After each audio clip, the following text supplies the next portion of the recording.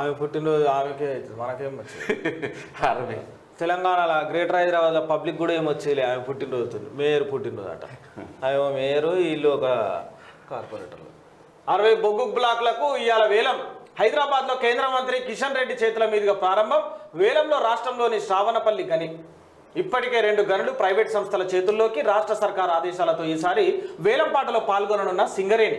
Nomination ద్వారా బొగ్గు బ్లాకులు కేటాయించాలని కార్మిక సంఘాల డిమాండ్. ఎస్, బొగ్గు గనులకు సంబంధించి ఈసారి మాత్రం కాంగ్రెస్ పార్టీ అన్యాయం కాకుండా చూస్తుందని చెప్పి మనం అనుకుంటున్నాం. అన్యాయం అయిందంటే మాత్రం ఇక మీకెంత వచ్చిందో మాకంతే వాటా అనేది కేంద్రం కూడా మనపై మంచి చూపు చూడాలి. చూడకపోతే కష్టమే. కిషన్ రెడ్డి చేతిలో ఉంది. కిషన్ రెడ్డి చేతిలో ఉంది. కేంద్ర మంత్రులుగా బాధ్యతలు చేపట్టాక తొలిసారి హైదరాబాద్ వచ్చిన కిషన్ రెడ్డి, బండి సంజయ్కి స్వాగతం పలుకుతున్న బీజేపీ లీడర్లు, కార్యకర్తలు. ఇప్పుడు 8 వచ్చే ఎన్నికల్లో 88 తెలంగాణ గడ్డపై బీజేపీ జెండా పాతడం ఖాయం అని చెప్పి కిషన్ రెడ్డి అన్నాడు.